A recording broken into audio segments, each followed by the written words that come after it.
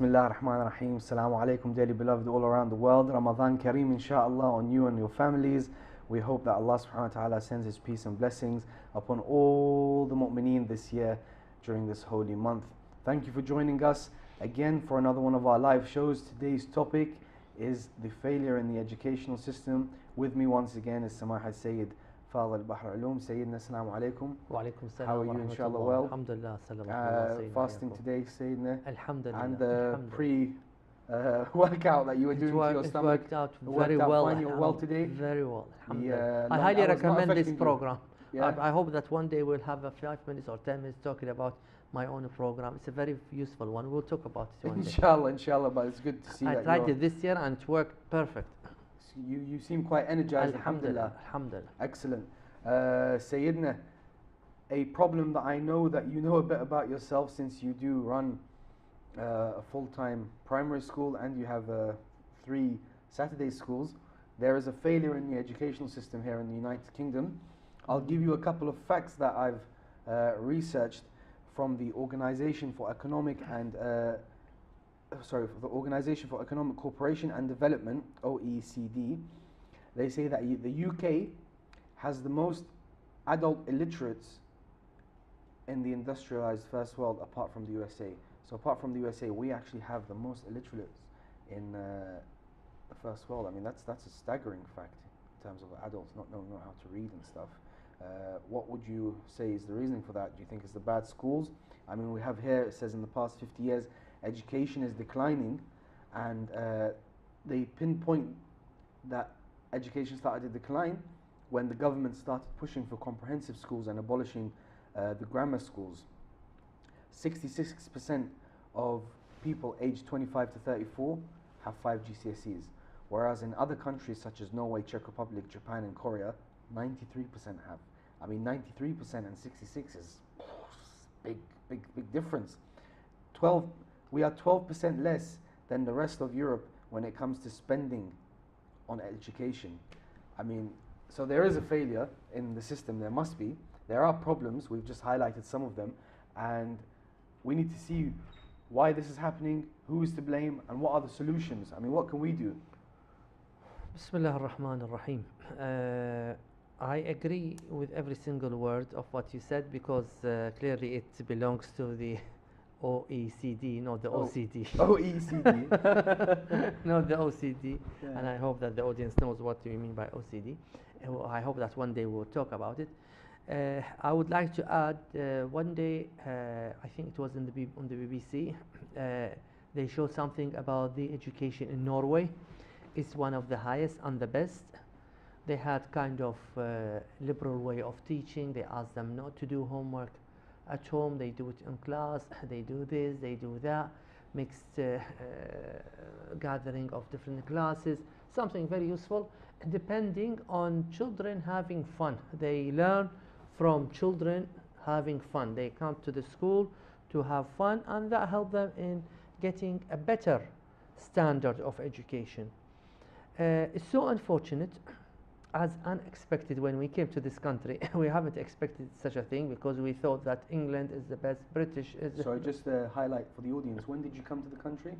I can't say that, because that probably would show you my age. I mean, Fair enough, but roughly the decade. no, in 1984. 84, I arrived okay. to this country in 1984. Okay. And even before then, where we were everywhere, worldwide, you are so impressed the system, the education system in Britain, which is true. I mean, let's not talk about the negative thing first. Let's talk about the positive thing.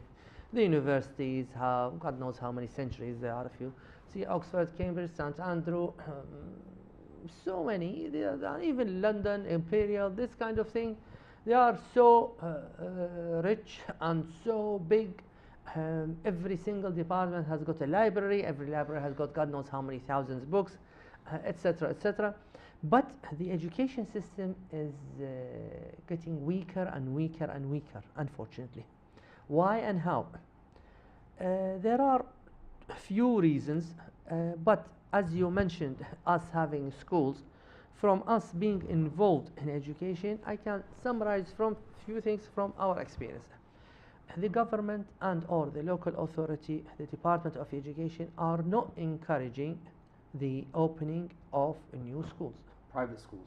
private schools, not encouraging the opening of nurseries, not encouraging the opening of secondary, not encouraging. Let's leave not encouraging, but they are sometimes discouraging, Making it difficult. impossible. I wish if they make it difficult, make it impossible. How? You've got a budget, you want to open a school. You need to find a building which has got what they call D1 education. And then you need a permission from the council, you need a permission from Department of Education, you've got Ofsted, if you know Ofsted, the other one, there is another body which I've forgotten what it's called, and so on and so forth. What's this for? To gain good education system. Up to here, it's very good. Try to recruit teachers, no teachers. Go to the teachers, why are you leaving teaching? Because they are fed up. The teachers, they have no time to teach. Half of their time, if not more than half, in the paperwork. Half of the teaching became like filing, and how to do this and how to do that. How to fulfill that test, how to tick that box. And there we are. This is the problem. This is apart from us being different color skin, different ethnicity, different minority, religion, blah, blah, blah. You have so many of them. Clearly, it's easier for some people, it's more difficult for the others. And there we are. The system become more difficult. This is in regards to opening, in regards to primary, in regards to secondary, in regards to early age. When you get to the unis, the children, the students are not encouraged to study. Why? Before we go to university, I would like to pass quickly through to secondary. Okay. Secondary, public sector, you just need to go to the archive, watch LBC or the BBC, the radio, and go, if you have any friend, ask them if they have anyone who teaches in the public sector, secondary. Everyone is running away. They are afraid. They are, they been run by the children, the students, threatened, this, that, and there is no enforcement kind of legislation to discipline the children and discipline the students. Do you think this is because they're not getting raised well at home? We have a problem of discipline in this country, Sayyidina. We have a problem of system of what we call adab and nizam. I don't know how you explain it. Here there is a mix-up between freedom and between being rude. When the students in the class, they put their feet on the table, on the desk, and they do this and that to the teachers, and no one is punishing them. So mannerisms are important. There is no manner. Come on, it's very important. There is no manner. Where do they need to learn manners from? The home or school? Both. And the problem is in the West we're having a problem with morals. It's got mixed up with there is Dababiyya, there is mixed up between religion and morals and liberty and freedom and ethics and freedom of speech and all of that, and we end up having that. Then we come into the student in the secondary, they are not encouraged to study. Why do they study? They don't like the atmosphere there. They are not encouraged to follow their studies because even if they have the degrees, what will they do after? They won't get a job. What will happen after the degree? They won't get the job. We discussed that before. If they start any employment, instead of them going to this A level and to the university, probably they will gain more experience and get paid more. And the whole thing is a dilemma, which you can't find in the countries you just listed. Even the problems that we discussed in the past 2 days, lack of employment, lack of housing, do you feel that this is more important than both? That if we can fix this and we create a generation of well-educated individuals, that they can fix those two problems we talked about? Because it seems like it's a vicious circle. We have a problem with this, education, we have a problem with housing, we have a problem with employment. We have a problem with employment because people are not getting educated properly. We have a problem with housing because people can't get the correct jobs to make them afford these houses. So it is a vicious circle. I mean, as they say, you give a man a fish, he'll eat for a day. You teach a man to fish and he'll eat forever. You know what I mean? That's true. But here they neither give them a fish nor let them fishing. Do fishing. But the issue is the main problem or the main issue is the money issue. because even if we try to sort it out, you need So where someone should the to budgets spend. go? Should the budgets go to education? They have, Most of them go to education? yeah, yeah. Okay, do you believe that if they go to education, for example, this, where every time I read it, I get really shocked because I didn't know this myself, and I wouldn't have thought it living in London, but the UK has the most adult illiterates in the industrialized world, apart from the USA. Well, if you don't know how to read and write, well, of course you're not going to get a job. If you're not going to get a job, you can't afford to live.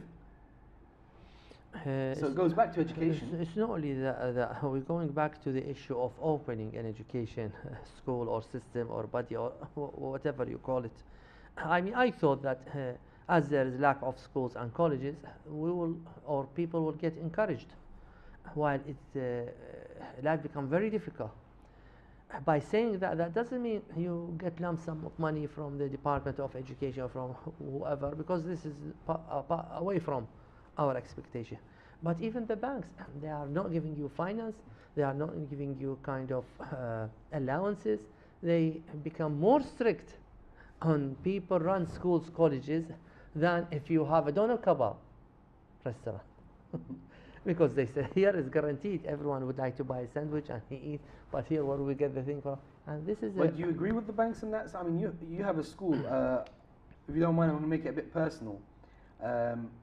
Do you feel that the parents can afford to pay if you put your fees up, for example? I mean, yours is a private school, correct? Yeah. I mean, do you think it's feasible? Do people have that kind of money? Yeah, sir. We have so many problems, I beg your pardon. Yeah. The bank would look at your school and say, you know what, I won't fund you because maybe the people won't have the money to pay and it'll be a problem.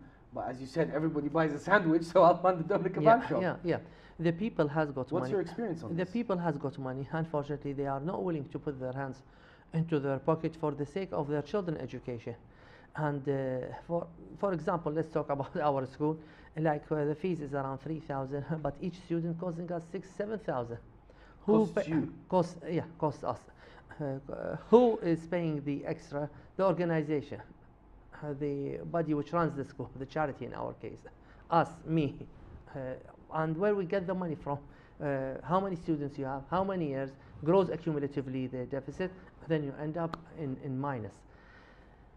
The community, they are not willing to put their hands into their pocket to establish useful projects for themselves, whether it's for education, whether it's for housing association, the one which we talked about yesterday, whether it's for other useful program for elderlies. We have nothing for elderly. I wish one day if we have a show about the elderly. Our elderly, the only place they have is to go to the Husseiniya. And nowadays, the program in the Husseiniya, they need to be dependent on their children. You just brought up a good comparison, something very interesting actually. Yesterday we did have a caller who had a very interesting thought, which was the housing association. So you think that, all right, obviously there's a problem with the government here in terms of the educational system, and statistics and facts show it. Maybe we need to, as a community, make things happen. If others are not doing it, we should do it, yes? So yesterday the suggestion of creating a housing association should be done for the community, to look after their community members. So should the same thing happen for schools? Should we open more schools for our own? Yeah. If other people are failing to educate our youth, for example, Shia, Ithna Asharis, should we be doing this? Of course. Is it our responsibility? He talk about Shia Ithna Ashari. If we talk precisely about the Shia Ithna Ashari, in the UK, we only have 2 independent schools in comparison to our brothers Ahl Sunnah wal Jama'ah. They have over 172 AMS association, and this is according to a survey by the AMS Association of Muslim Schools. Okay, well that's and this is the only one which is registered. Yeah, you may have a caller, I think. I do. Let's see if they have an opinion on this matter, or if they have any questions. Assalamu alaikum, caller, Ramadan Kareem. Your name and where you're calling from, please. My name is Ahmed. I'm calling from London. I just want to share my thoughts. I don't really have any questions, but yeah, I just wanted to share my thoughts. From my experience as someone in their mid-20s in London, I feel like the biggest issue with the education system itself, and not the aspect of knowledge. For me, I hate going to school. I hate to go to college and university. 90% of the stuff that I learn here, I don't even apply it in my practical life. Sorry, Ahmed, can I just ask you to speak a bit clearer and slower? Sure. So let me just go back a bit. 90% of the stuff I learned in school, in college, and university, I don't even apply it to my daily life. The things that I learned from those institutions I still benefit from are my interactions with people. But in terms of what I learned there in theory, 90% of it is irrelevant. And I thought that I hated knowledge and education. It's not that. What I hated was the institution. And also, one thing that helped me in life was choosing a career that I was passionate about. I feel like many people in the Shia community, although they have a system of beliefs, when it comes down to their career, they're just like everyone else, and they just chase jobs for money. At the end of the day, I understand that we need to make money to survive, but don't give up on your passion just for the sake of money, because then you're going to lead a life of depression, and you're going to be like the rest, and then you ask yourself, what's religion doing to me? Thank you. Thank you, Brother Ahmed, for your thoughts. They're very interesting, actually. Sayyidina, what do you think of this? Brother Ahmed says, look, I went to school here, I went to university here. I guess he's lived most of, if not all his life here. And he says, 90% of the knowledge that I learn, I don't even apply it in real life.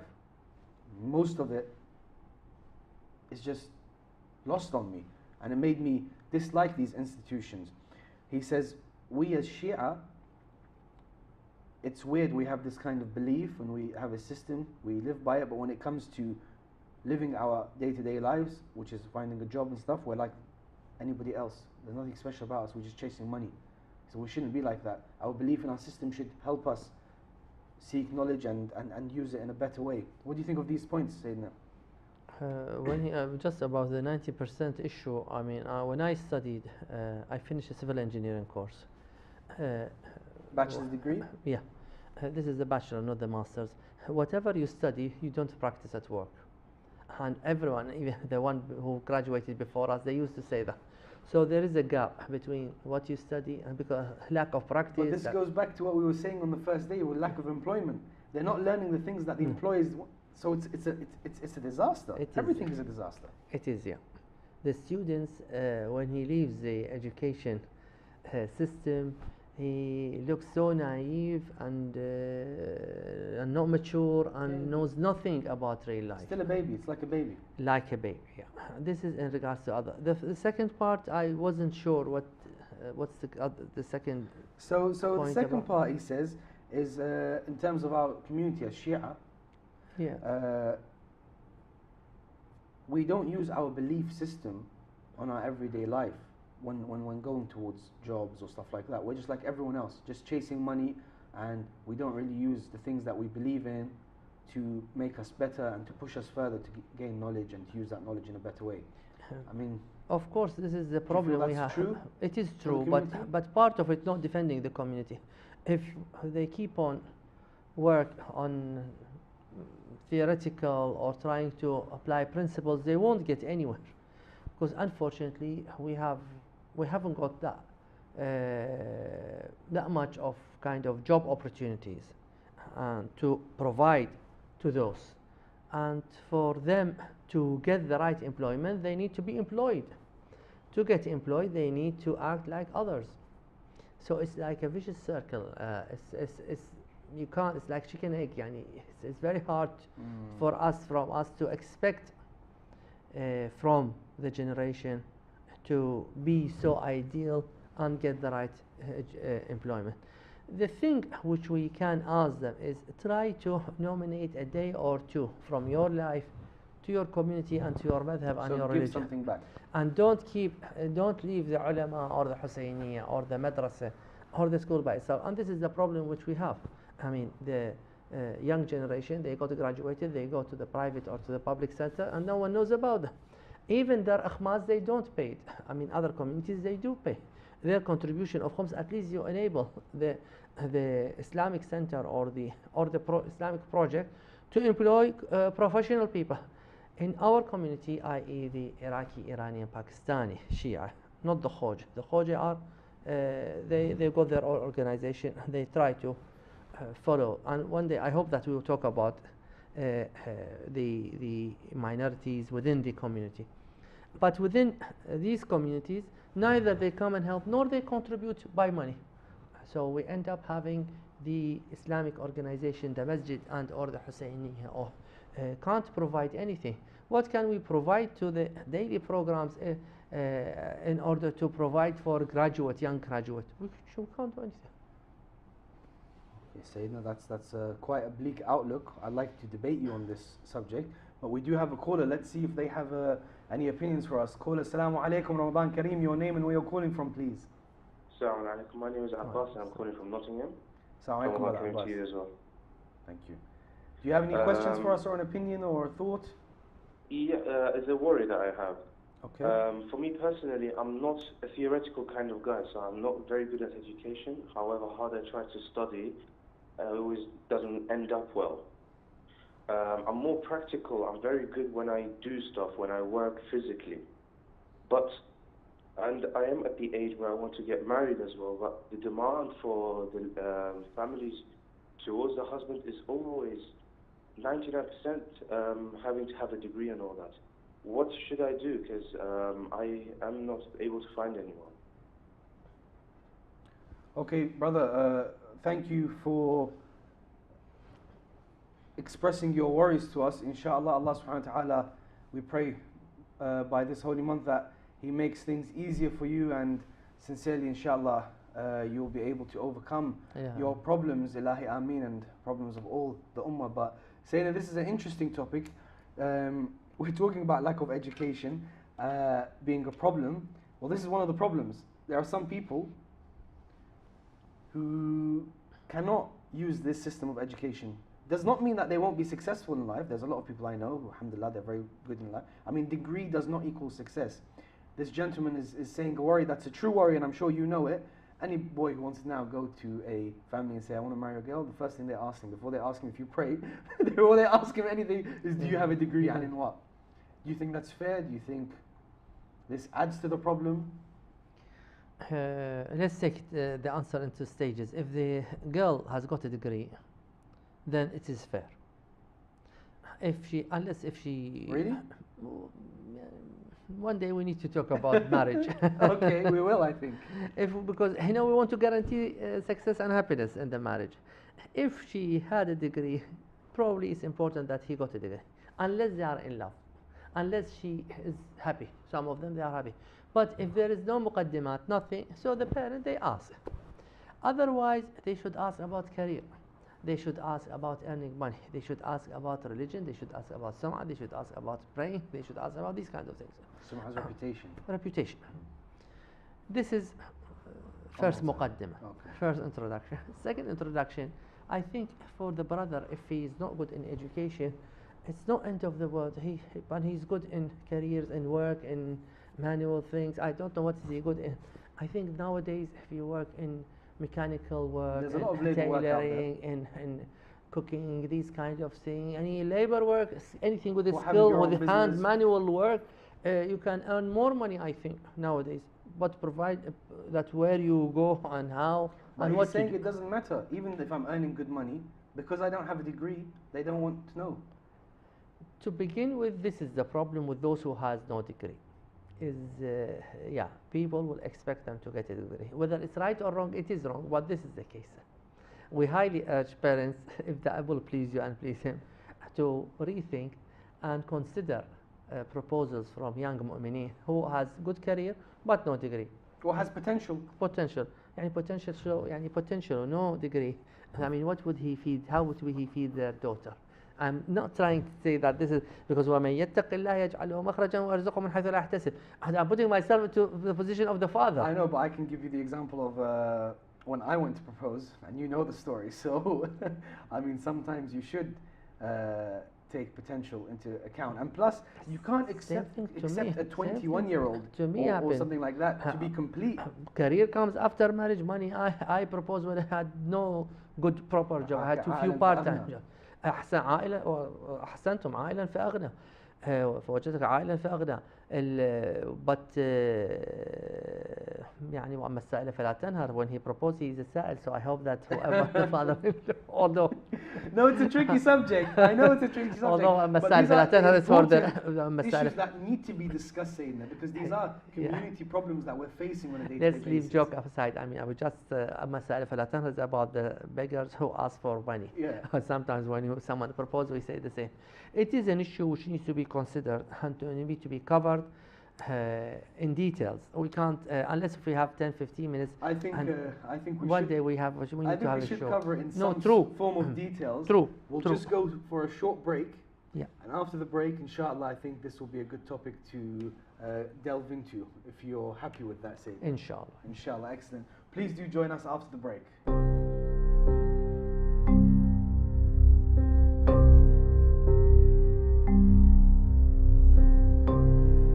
Assalamu alaikum, dearly beloved. Once again, just before the break, our discussion reached the fact that the failure of the education system has put people off because, for example, they can't find jobs, even though they might be skilled working with their hands. But that problem has led to a new phenomenon, which is if you come to marry my daughter, you need a degree.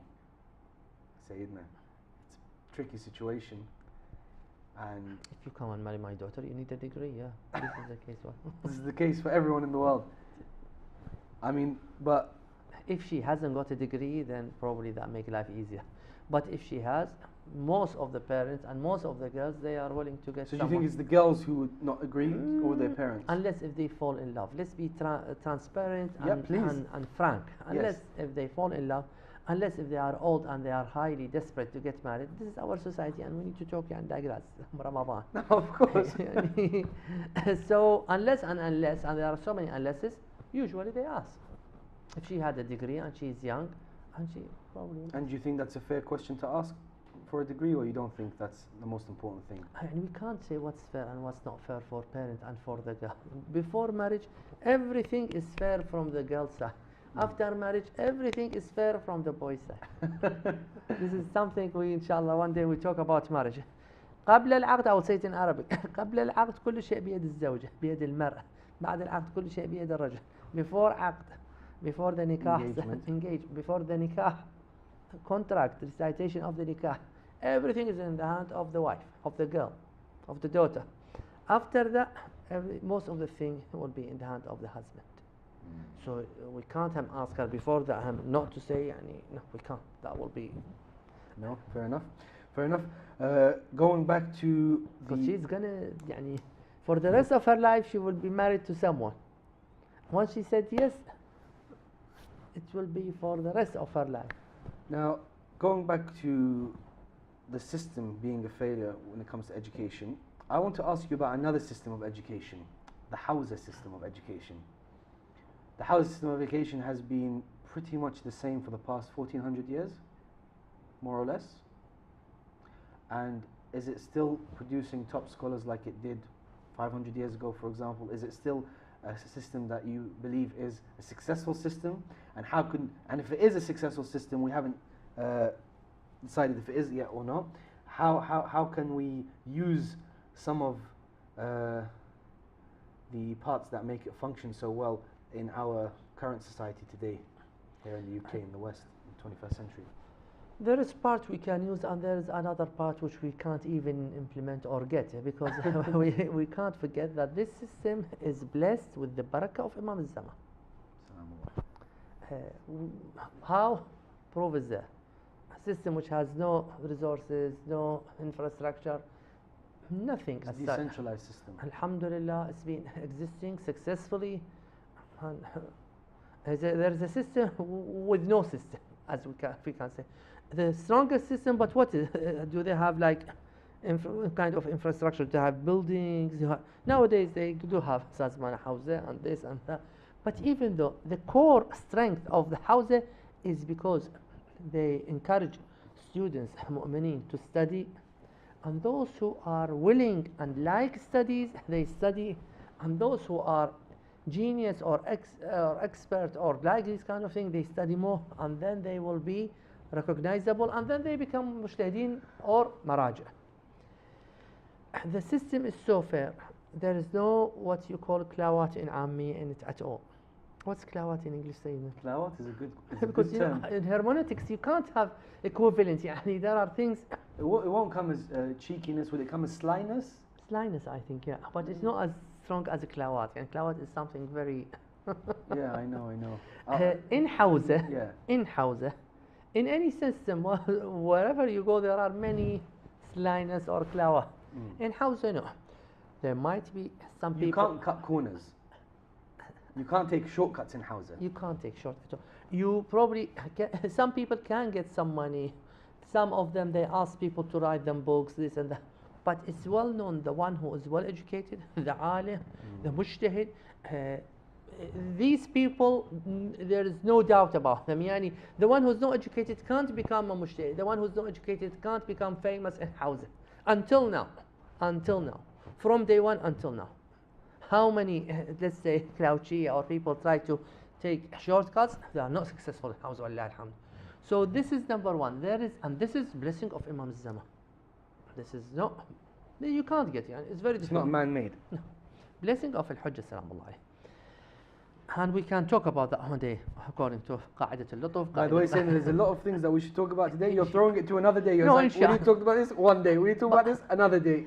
The- Let's talk today. The other thing is that in Hausa, we have, let's assume 10 students start in Hausa. Yes. 1 or 2 leave at the beginning. They all say it's boring, it's difficult. How many we left with? 7, 8. Yep. Okay. You have a caller? No, no, no. As no. usual, you No. I'm trying to focus. yeah, you can interrupt if you have a call. 7, 8, they carry on until 3, 4. They said, we want to be muballigh, we want to be teacher, we want teacher in a school or in a university or something. If they, how many we left? 4, 5, 4.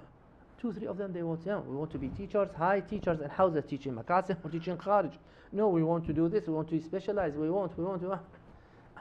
We left with 2, 3. Those 2 said, no, we want to be mujtahideen. So you have choice, you have kind of broad selection, and then you end up having many mujtahideen. And everyone, whether he's a mujtahid or a teacher or a senior teacher or author or writer or whatever, he became like that because he likes it. And that's how they are successful. They're not It's forced. أحسنتم. And they stand poverty, faqr, problems. There are many problems in houses. And I'm saying that here. Those who are willing to go to houses, many of them, they join 6 months. Oh, it's boring. No. House is boring at the beginning. The more you stay and stay in house, and the more torture and poverty and no money, no whatever, the more joy you get if you are a real student. And then you will get it later on. You will be well recognizable, successful, like Al-Allama, Al-Shahid Al-Awwal, Al-Shahid Al-Thani. Until now, Sa'am Taqi Al-Hakim, Sa'am Baqir Al-Sadr, those all of our ulama. Sistani until now has no house. He lives in a rented accommodation, himself and his sons. But you know, those people, they got what they need, alhamdulillah. This is why Hausa got very successful. And Bila Tashbih, I don't know what is that in English. And I've heard that, no, I'm saying it, I've heard it from Cambridge graduate, Rahmatullah alayh, a guy who died recently. And he opened my eyes when I came in 1984. Because I was looking for a college, and he was saying, Sayyid, what don't you think, he was my father's friend, don't you think that these colleges in Cambridge and Oxford and Holloway, I went to the Royal Holloway, like our Hausa, like the Hausa in Najaf, he left Najaf when he was 20 years old, at that time he was 70. And this stays here, and when I went to Cambridge, when I went to St Andrew, all these big universities, all college, they are like Edinburgh, It's very, very small similar, college, yeah. small college, small school, small faculty, school of medicine. School of medicine is maybe larger than any university in the Middle East. It's called School of Medicine. Madrasat al-Tib. This is exactly like Hausa. And Hausa, last time I was talking with my children, Madrasat al-Qawam, Madrasat al-Bukhara. People think, Madrasa, how many mujtahideen were graduated for God knows how many when you go to Najaf. Is this Madrasat al-Qawam? Is this Madrasat al-Bukhara? This is the Hausa. If we have the muqawama or nafas or discipline to study and stay like the students in Hausa, we will probably be able to get. Determinacy is very important. Being determined. You need to be determined that I want to become mujtahid, I want to become this, I want to do something, I want to serve. Serving is very important, even for those who are studying in the academic. We should have servants. We should prepare. يجب أن نربي servants. Certain people to serve the community, people to serve the Shia, people to serve the Ummah. One day now we think that we need services, but very soon we need to provide services for the sake of our children, for the sake of the second generation. Life so quickly. You think that life is long. But 10 years, 20 years, 30 years, 40 years, oh, I became old, I can't use my hand, I can't use my leg. Dear should, بقول إيرانية, it's so late. يومئذ human being will try to, let me go back being young and I'll do this, I'll do that. Do it now while you are young and while you are active, while you have the energy and the capability. How much you earn money, you can't spare a day from your daily program. You work full time, provide with money. You can't provide with money, provide with time. You've got Saturday and Sunday. No, I need to take the children to the park. If you want to take the children to the park, and if you want to do babysitting, and if you want to do nazi to your wife, I don't know what's that English, and if you want to buy a four-wheel, these kind of big cars, everyone else having it within small London roads, which I don't know why they are buying it. And if yeah, but you can't serve, and you will be living as a materialistic lifestyle. You'll be following all these things. You'll be a servant to materialism. Yeah, and you will be مستهلك, you will be no contributor, unfortunately. You will be consumer. Sayyidina, again, I go back to some of the things that you were saying about the Hawza. You portrayed a very positive step. But surely you also find problems. There must be some problems with the Hawza. It can't be a perfect system, can it? Many problems in Hawza. Give me something in life has no problems.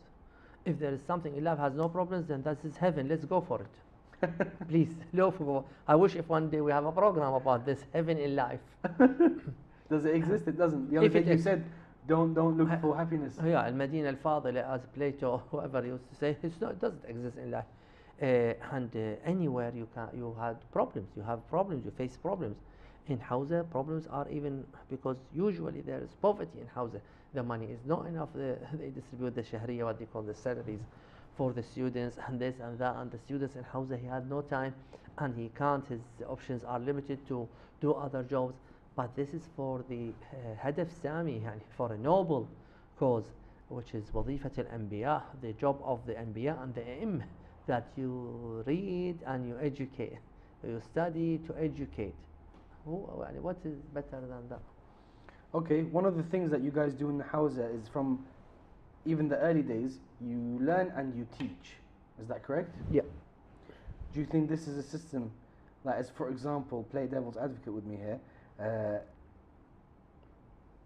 it would be better, for example, you're talking about in Norway they don't do homework. So these young kids, they learn something, for example, the year 6s learn something, then that thing they learn, they teach it to the year 5 students. It will be ingrained in their mind better. Do you think that's a good system? Do you think that's something that can be implemented, or am I just dreaming? Oh, I think you are dreaming. It's good. That's very well put, thanks. Okay, well, I like to dream sometimes, It's a very good idea. We can give this offer to the academia. But isn't that one of the things that has made Hawza so successful? It is. The student becomes the teacher. Teacher becomes the student. It is. It's one of the things. But when we talk about Norway, in the academia, there are positive sides of the systems, and this is the exams. Well, maybe in Norway, but I mean, over here, the statistics are not very promising. The problem, and you've just spoken about Hawza as being so amazing, and all these mujtahideen have come through Hawza. We don't get people of such high knowledge from the academic system. The other thing in Hawza, before I forgot to mention, is the peace they get. They have peace of mind. And I think everyone in life, working and studying and running, to get that peace.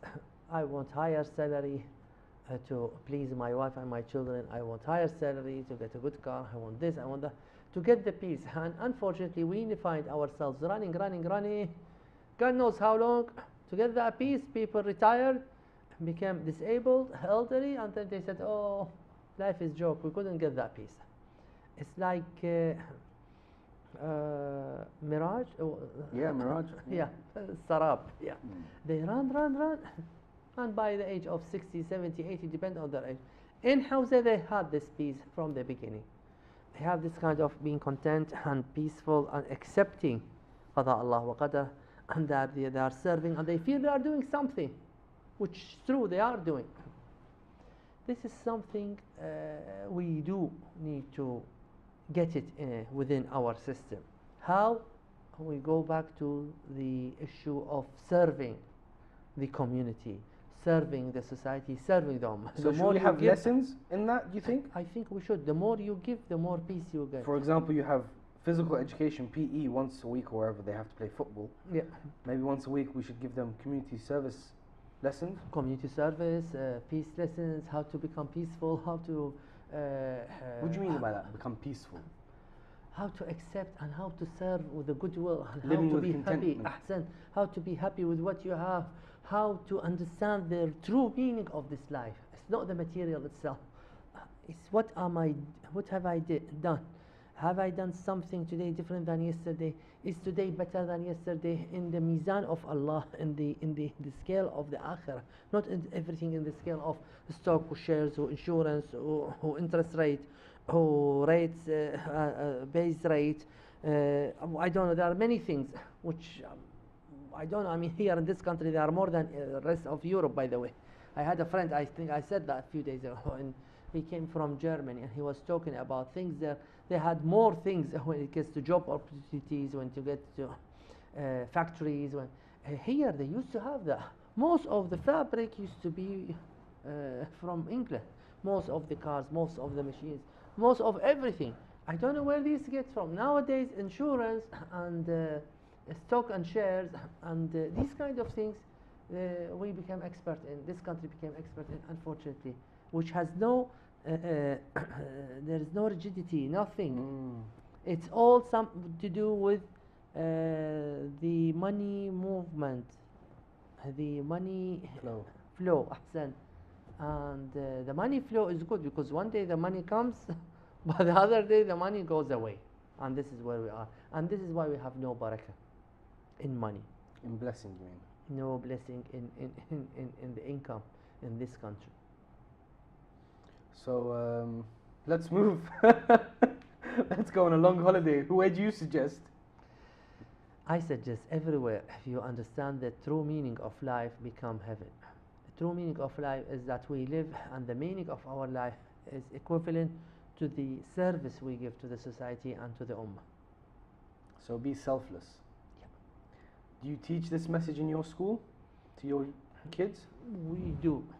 Excellent. Not only in our school, even in other teachings when we run few programs. And I always, when I have a chance to deliver a speech or to run a workshop, I highly concentrate on this topic because I think this is the key behind success, and this is the key of the success and the key behind those who became successful. How? By offering and giving. If we stay as selfish as we meant to be, everything is me. Like for example, we don't have enough money to pay X person who work and deliver something. Yeah, but give us some time. We have a problem because we are serving the ummah. No, why me? No, you should give me this and that at that time. But we have a problem now. Let's do this. Let's cover that. We have a disaster, for example. There is a earthquake somewhere. Let's give to those people. No, they can't even delay their needs and their demands. And this is a big problem in this materialistic life which we are living nowadays. So you think the more you give, the more you gain? The more you give, the more you gain. The more you give, the more happy you get. The more you give, the more peaceful you will be with yourself and with the others. And the more you give, the more thawab you got. The more you give, the better place in heaven you will probably book for yourself. That's a beautiful final message, Sayyidina. And I'm very happy to hear that this is the kind of messages being given to our youth in your school. I genuinely pray and ask all the mu'mineen all around the world to pray for you, Sayyidina, and give you the strength to continue in this struggle that you're in, and to bless all the students in your school. And thank you from the bottom of our hearts that there are people like yourself who are doing such great work. We are coming up to the end of our show, Sayyidina. From me and everyone here in the studio, a very, very warm message for you. The more you give, the more you gain, and that's how you reach happiness. Inshallah, you reach happiness in this holy month of Ramadan. Please pray for us. We'll be praying for you. Thank you for joining us, and tomorrow we'll see you soon again. Fi amanillah.